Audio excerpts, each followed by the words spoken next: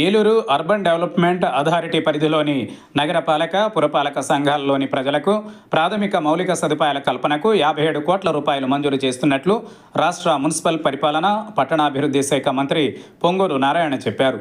ఏలూరు నగరపాలక సంస్థ కార్యాలయంలోని సమావేశ మందిరంలో శనివారం ఏలూరు అర్బన్ డెవలప్మెంట్ అథారిటీ పరిధిలో అభివృద్ధి పనులపై జిల్లా కలెక్టర్ కె వెట్రిసెల్వి, స్థానిక MLA Badeti Chanti, mayor Shaik Noorjahan, joint collector MJ Abhishek గౌడలతో కలిసి అధికారులతో మంత్రి సమీక్షించారు. ఈ సందర్భంగా మంత్రి నారాయణ మాట్లాడుతూ పురపాలక సంఘాల్లోని ప్రజలకు మెరుగైన మౌలిక సదుపాయాలు కల్పించేలా అర్బన్ డెవలప్మెంట్ అథారిటీలు పనిచేయాలన్నారు. ఏలూరు అర్బన్ డెవలప్మెంట్ అథారిటీ పరిధిలో 15 నియోజకవర్గాల్లోని 10 పురపాలక సంఘాలు ఉన్నాయని అన్నారు. వీటిల్లో ప్రతి ఇంటికి త్రాగునీరు, డ్రైనేజీ, రహదారులు, వీధి దీపాలు, పార్కులు వంటి ప్రాథమిక మౌలిక సదుపాయాలు కల్పించేందుకు నిధులు మంజూరు చేస్తున్నామని, త్వరితగతిన పనులు పూర్తయ్యేలా అధికారులు చర్యలు తీసుకోవాలన్నారు. సంపూర్ణ పారిశుద్ధ్యానికి రాష్ట్ర ముఖ్యమంత్రి అత్యంత ప్రాధాన్యత ఇస్తున్నారని, నగర పట్టణ పరిధిలో పూర్తి పారిశుద్ధ్య పరిస్థితులు ఉండాలని, రోడ్లపై ఎక్కడా చెత్త లేకుండా చూడాలన్నారు. ఎమ్మెల్యే బడేటి చంటి మాట్లాడుతూ ఏలూరు నగరంలో త్రాగునీరు, రోడ్లు, డ్రైనేజీ సౌకర్యాలకు 25 కోట్ల రూపాయల నిధులు మంజూరు చేసిన మంత్రి నారాయణకు ధన్యవాదాలు తెలిపారు. అనంతరం మంత్రి నారాయణను ఎమ్మెల్యే బడేటి చంటి, మేయర్ షేక్ నూర్జహాన్ దుశ్శాలువ కప్పి ఘనంగా సత్కరించారు. వెంకటేశ్వర స్వామి వారి చిత్రపటాన్ని అందించారు. ఈ కార్యక్రమంలో ప్రజాప్రతినిధులు, అధికారులు పాల్గొన్నారు. అర్బన్ అథారిటీలో ఈరోజు యాక్చువల్గా రివ్యూ జరిగింది. దీంట్లో మొత్తం 10 మున్సిపాలిటీస్ ఉన్నాయి, మొత్తం 15 కాన్స్టిట్యున్సీస్ ఉన్నాయి ఇందులో. అయితే ఈరోజు స్పెసిఫిక్గా ఈ యొక్క 10 మున్సిపాలిటీస్ యొక్క కమిషన్లతోనూ తర్వాత ఇతర అధికారులతోనూ దీని మీద డిస్కషన్ జరిగింది. అయితే ఈ యొక్క అర్బన్ అథారిటీలో ఈ మున్సిపాలిటీస్లో అనేక వర్క్స్ జరుగుతున్నాయి.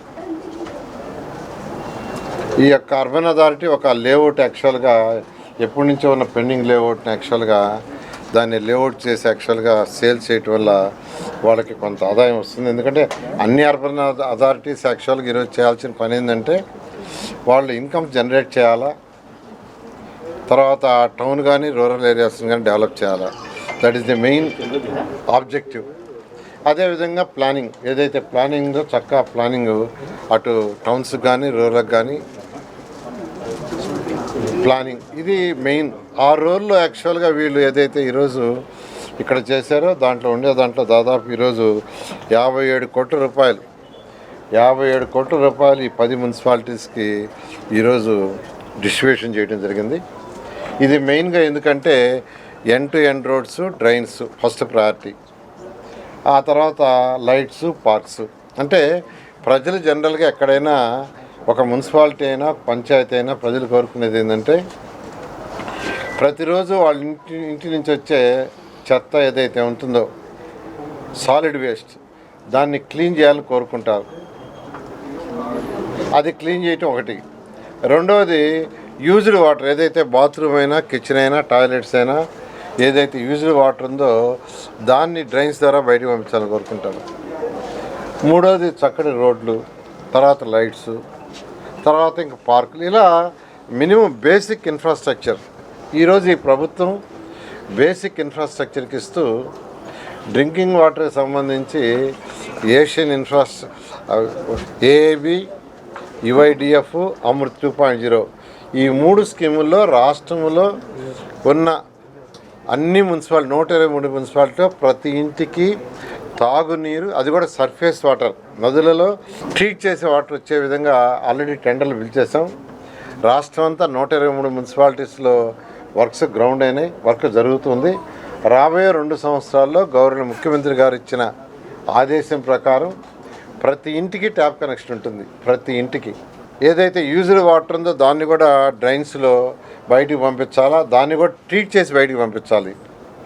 దానికి కూడా ఎస్టీపీలు యాక్చువల్గా శాంక్షన్ చేశాము. అక్కడక్కడ ల్యాండ్ లేకుంటే కలెక్టర్స్ ల్యాండ్ అడిగితే ల్యాండ్ అక్విజిషన్ చేయమన్నాం.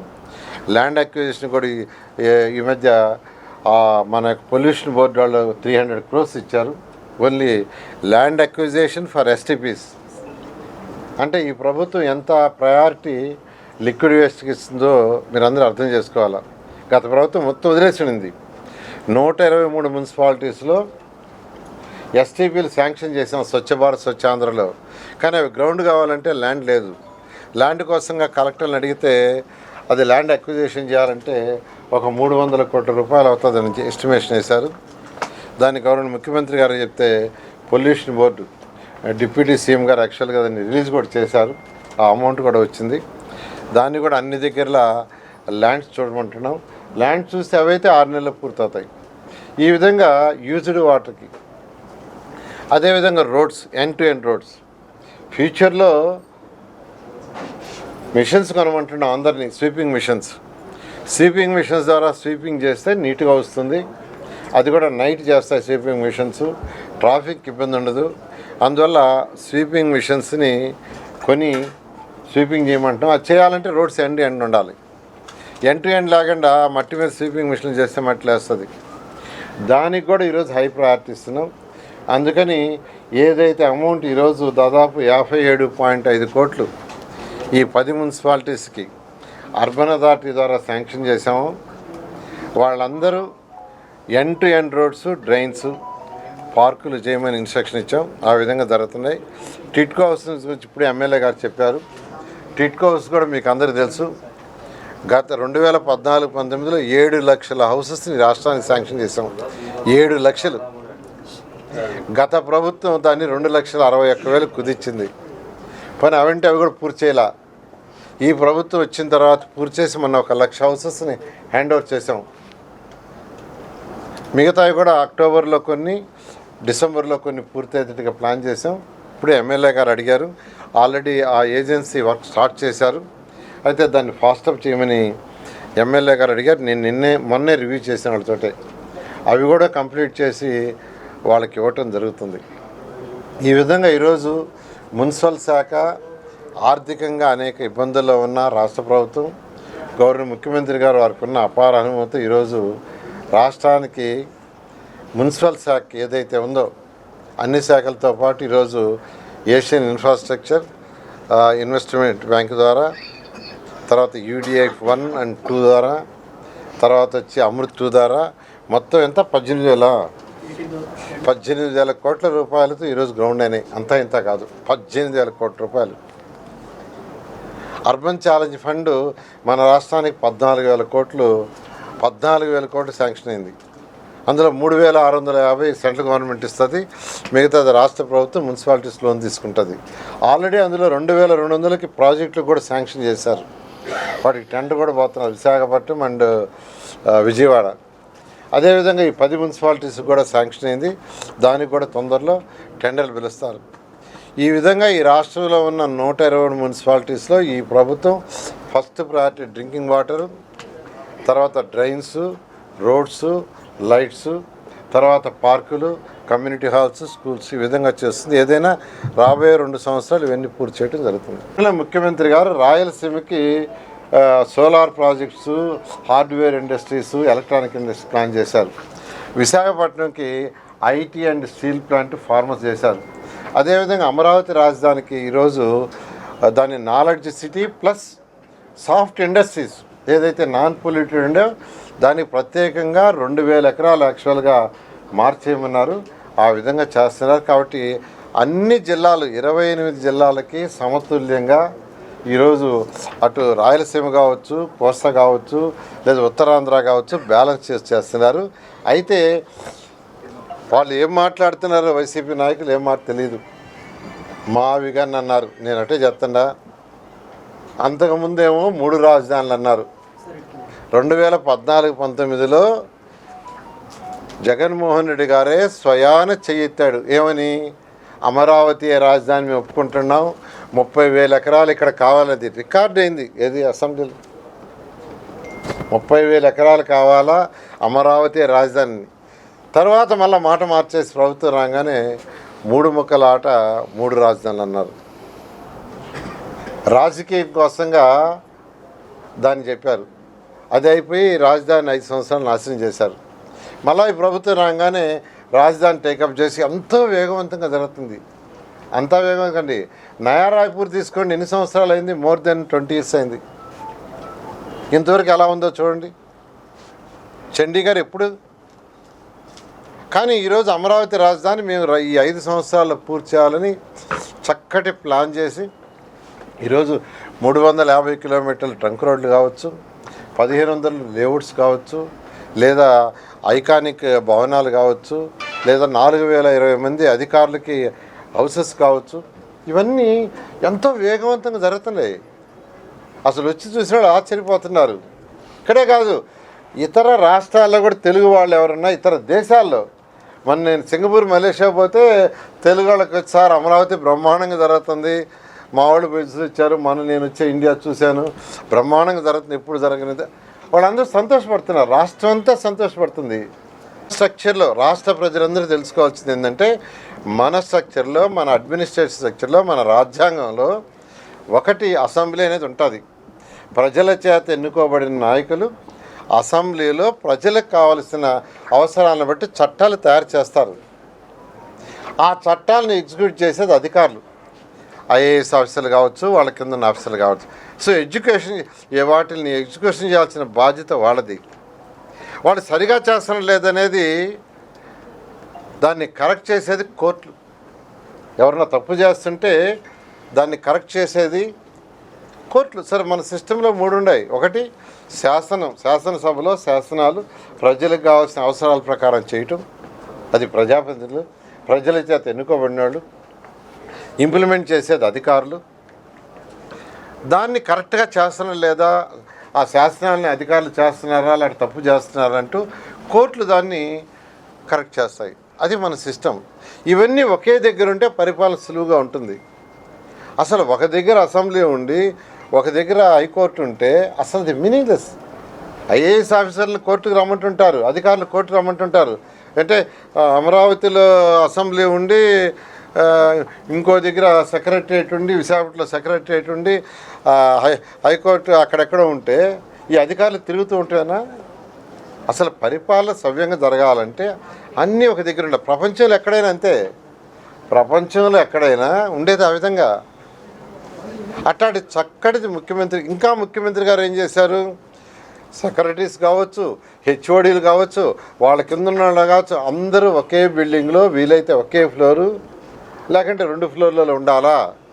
ఎవరైనా ఒక వ్యక్తి పనికి వస్తే మినిస్టర్ కలిశారు, వెంటనే మినిస్టర్ కింద వాళ్ళకి చెప్పారు, సెక్రటరీని పోయి కలవచ్చు, వెంటనే హెచ్ఓడీని పోయి కలవచ్చు, సూపరింటెండెంట్ కలవచ్చు, పని అయిపోతుంది, ఎవరికి ఇబ్బంది ఉండదు. ఈరోజు పని కావాలంటే ఎట్టుంది? సెక్రటరీ అంటే అమరావతికి వస్తున్నారు, వాళ్ళు హెచ్ఓడీని కలవాలంటే గుంటూరు, విజయవాడ పోవాల్సి వస్తుంది. కాబట్టి పరిపాలన సులభంగా ఉండాలనే ఉద్దేశంతో ఎంతో అనుభవం ఉన్న ముఖ్యమంత్రి నారా చంద్రబాబు నాయుడు గారు డిజైన్ చేశారు. ఎంతో వేగవంతం జరుగుతుంది. ఈ పరిస్థితుల్లో మావిగనని అసలు ఏం మాట్లాడుతున్నారో, ఎందుకు మాట్లాడుతున్నారో ఎవరికి అర్థం కావట్లేదు. ఎవరికి ఒక్కరికి కూడా అసలు అర్థం కావట్లేదు. అలాంటి పరిస్థితి ఏదైనా అమరావతి రాజధాని ఎవరని చెప్పినా ముఖ్యమంత్రి గారు ఇచ్చిన టార్గెట్ ప్రకారం 2028 ఆగస్టుకి బేసిక్ స్ట్రక్చరు, తర్వాత ఐకానిక్ బిల్డింగ్స్, అధికార భవనాలు పూర్తవుతాయి. సో వచ్చినాయి, ఆటోమేటిక్ ఎంప్లాయ్మెంట్ వస్తుంది. ముఖ్యమంత్రి కాగానే ఫస్ట్ ప్రయారిటీ ఆయన ఈ రాష్ట్రం ఆర్థికంగా డెవలప్ కావాలంటే ఫస్ట్ ఇండస్ట్రీస్ రావాలా. ఇండస్ట్రీస్ వచ్చినప్పుడు మన యువకులకు ఉద్యోగాలు వస్తాయి, వాళ్ళ ఇన్కమ్ పెరుగుతుంది, రాష్ట్ర ఆదాయం పెరుగుతుంది. ప్రొడక్షన్ బయటకు వస్తే, ప్రొడక్షన్ సేల్ అయితే జిఎస్టీ వస్తుంది, జిఎస్టీ వస్తే రాష్ట్రానికి ఆదాయం పెరుగుతుంది.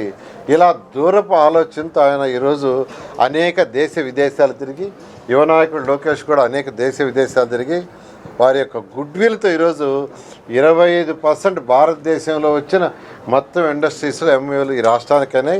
అవన్నీ కూడా ఏ రోజు గ్రౌండ్ కావాలా, ఏ రోజు ప్రొడక్షన్ రావాలా కూడా గౌరవ ముఖ్యమంత్రి గారు వాళ్ళందరికీ టార్గెట్ ఇచ్చారు. ఆ విధంగా జరుగుతున్నాయి. అయితే ఇవన్నీ టేకాఫ్ కావాలంటే కొన్ని 1 year పడతాయి, కొన్ని 2 years పడతాయి, కొన్ని 3 years పడతాయి, కొన్ని 4 years పడతాయి. 123 మున్సిపాలిటీలో చెత్త కుప్పలు చెత్త పెట్టింది. గత చెత్త ప్రభుత్వం చెత్త పన్నేసింది, కానీ చెత్త కుప్పలు తీలా. ఈ ప్రభుత్వం రాగానే 2024 అక్టోబర్ 2వ తేదీ మచిలీపట్నంలో గౌరవ ముఖ్యమంత్రి గారు స్వచ్ఛాంధ్ర కార్యక్రమం చేస్తూ నాకు ఆదేశించారు. నాకు 1 year లోపల 2025 అక్టోబర్ 2కి ఏదైతే చెత్త కుప్పలు ఉన్నాయో అవన్నీ తీయాలన్నారు.